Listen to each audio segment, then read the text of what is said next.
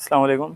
Lecture number 7 is इसमें अब जो टॉपिक है वो है फैक्टर। ठीक है, फैक्टर की डेफिनेशन होती है a number that divides any number completely. ऐसा नंबर जो किसी नंबर को कम्प्लीट डिवाइड करे, यानी कि रिमाइंडर जो है उसमें ज़ीरो आ जाए। फॉर एग्जांपल 10 को अगर मैं डिवाइड करूँ 2 से, 5 टाइम्स टेबल लगेगी तो जवाब क्या मिलेगा? ज़ीरो। इसका मतलब क्या है कि 2 जो है फैक्टर है। क्यों फैक्टर है? क्योंकि 2 से हमने डिवाइड किया 10 को तो हमें रिमाइंडर जो है ज़ीरो मिला। ठीक है, जब भी किसी से डिवाइड करें रिमाइंडर ज़ीरो मिले, इसका मतलब क्या है? वो उसका फैक्टर है। अब इसमें मैं आ रहा हूँ फैक्टर्स पे। एग्जांपल लिया है मैंने फैक्टर्स ऑफ 10। फैक्टर्स ऑफ 10 पर कौन से नंबर हैं जो जिनकी टेबल जो है कंप्लीट लगती है? अब 10 के फैक्टर्स होते हैं 1 की टेबल कंप्लीट लगती है, उसके बाद 2 की भी, 5 एंड 10। इन सब नंबर्स की टेबल जब हम लगाएंगे 10 पे तो हमें रिमाइंडर क्या मिलेगा? ज़ीरो। 20 के फैक्टर्स 1 की टेबल कंप्लीट लगती है, 2 की लगती है, 4 की लगती है, 5 की, देन 10 की एंड 20 की भी। इन सब की टेबल लगाएंगे अगर हम 20 पे तो हमें रिमाइंडर क्या मिलेगा? ज़ीरो। उसके बाद है 50, 1 2 5 10 25 50। अब इन सब की टेबल अगर हम लगाएंगे 50 पर तो हमें रिज़ल्ट क्या मिलेगा? रिज़ल्ट हमेशा जो भी मिलेगा, लेकिन रिमाइंडर मुझे ज़ीरो मिलेगा। रिमाइंडर ज़ीरो मिले मतलब वो नंबर जो है उस नंबर का फैक्टर होता है। छोटा नंबर जो है बड़े नंबर का फैक्टर होता है। अब फैक्टर में एक अहम चीज़, one is factor of every number. One जो है हर नंबर का फैक्टर होता है, क्योंकि वन से जब भी डिवाइड करते हैं हम किसी नंबर को तो रिमाइंडर हमें ज़ीरो मिलता है। देखें ये सारे जो हैं इसके मैंने फैक्टर्स लिखे हुए हैं, लेकिन सब में वन कॉमन है। वन इसमें भी है, इसमें भी है, इसमें भी है। अगर फॉर एग्जांपल मैं 15 के लिखूं तो 15 के फैक्टर्स क्या बनेंगे? 1 3 5 एंड 15। देखें 1 यहाँ पर भी आ गया। 7 के लिखूं 1 एंड 7 उसमें भी आएगा। अब आते हैं हम एक इम्पॉर्टेंट टॉपिक पे, डिविजिबिलिटी रूल। डिविजिबिलिटी रूल हमें क्यों मतलब इसकी ज़रूरत पड़ती है? क्योंकि ये हमें हेल्प करता है क्विक डिवीजन में। इससे हम जो है डिवाइड क्विकली कर सकते हैं, जल्दी में कर सकते हैं। ठीक है, तो आए हर नंबर के लिए अलग डिविजिबिलिटी टेस्ट है या अलग डिविजिबिलिटी रूल है, वो आपने याद करना है। उसके बाद आपके लिए आपकी ज़िंदगी आसान हो जाएगी। नहीं, ज़िंदगी आसान पाकिस्तान में हो नहीं सकती, लेकिन मैथमेटिकल में डिवीज़न आपके लिए आसान होगी और मे बी मैथमेटिक्स भी आपके लिए आसान हो। तो नंबर टू में 2 के लिए डिविजिबिलिटी रूल क्या? अगर लास्ट में क्या हो? 0 2 4 6 8 हो। अब देखें 1250, आपने क्या करना है? लास्ट में देखना है कि इसका जो लास्ट डिजिट है वो कौन सा है। इसका लास्ट डिजिट क्या है? 0 है तो इस पर 2 की टेबल लगेगी। लास्ट डिजिट क्या है? 4 है, इस पर लगेगी। लास्ट डिजिट इसमें 3 है, सॉरी 8 है तो इसमें भी लगेगी। लास्ट डिजिट 6 है तो इस पर भी 2 की टेबल लगेगी। तो लास्ट डिजिट अगर 0 2 4 6 8 हो तो इस पर 2 की टेबल लगती है। देन आते हैं 3 पर। अब 3 के लिए कौन सा रूल है? 3 के लिए ये रूल है कि sum of digits is divisible by 3। जो भी नंबर आपको गिवन हो उसके डिजिट्स को आप सम करेंगे, डिजिट्स को आपस में प्लस करेंगे। अगर उसकी रिज़ल्ट पे 3 की टेबल लगती है तो इस पर भी लगेगी। आए देखिए 1 2 6, 1 + 2 कितना होगा? 3, 3 + 6 क्या मिलेगा हमें? 9। क्या 9 पे 3 की टेबल लगती है? जी हाँ लगती है, तो इस पूरे नंबर पे भी लगेगी। 2 + 4 6, 6 + 3 9। ठीक है, 9 पर 3 की टेबल लगती है। अगर 9 पर 3 की टेबल लगती है तो 243 पर भी लगेगी। अब 4 का डिविजिबिलिटी टेस्ट है। If last 2 digits are divisible by 2।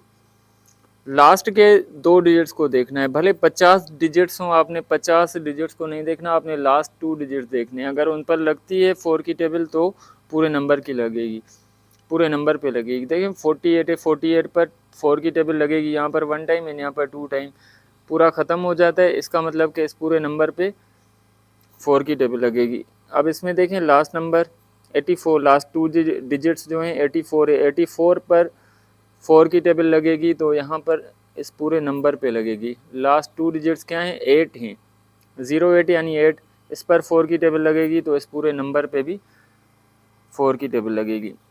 5 के लिए डिविजिबिलिटी टेस्ट क्या है? 5 के लिए डिविजिबिलिटी टेस्ट है कि लास्ट में 0 हो या 5 हो, इसके लास्ट में क्या है? 5 है, इसके लास्ट में 5 है तो इस पूरे नंबर पे लगेगी, इसके लास्ट में क्या है 0 है तो इस पूरे नंबर पे लगेगी। 6 के लिए क्या है, 6 के लिए डिविजिबल बाय 2 एंड 3, यानी अगर किसी नंबर पे 2 एंड 3 दोनों की टेबल लगे तो उस पूरे नंबर पे जो है 6 की टेबल लगेगी। आए इसमें देखें, पहले हम चेक करेंगे 2 के लिए क्या होता है कि लास्ट में 0 2 4 6 8 हो, ठीक है, ये है ना 2 के लिए रूल, लास्ट डिजिट क्या हो 0 2 4 6 8 हो, तो इसमें लास्ट डिजिट 2 है यानी 2 की टेबल लगेगी। उसके बाद क्या है 3 के लिए हम क्या करते हैं, इनको प्लस करते हैं, 1 प्लस 6 क्या होता है 7, 7 प्लस 2 9, 9 पर 3 की टेबल लगेगी, तो इन दो 2 की भी लगी 3 की भी लगी, यानी इस पर 6 की टेबल लगेगी।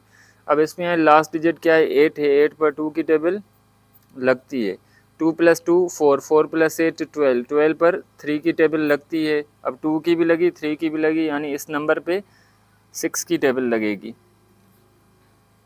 उसके बाद 7 की कोई डिविजिबिलिटी टेस्ट नहीं है। आते हैं हम 8 पे, 8 पे क्या होता है कि लास्ट 3 डिजिट्स जो हों उन पर 8 की टेबल लगे। अब लास्ट 3 डिजिट्स को हम टेस्ट करेंगे, 5 8 ज़ा 40, 40 पे लगी एंड 8 पर 1 टाइम, तो ये नंबर ख़त्म हो गए।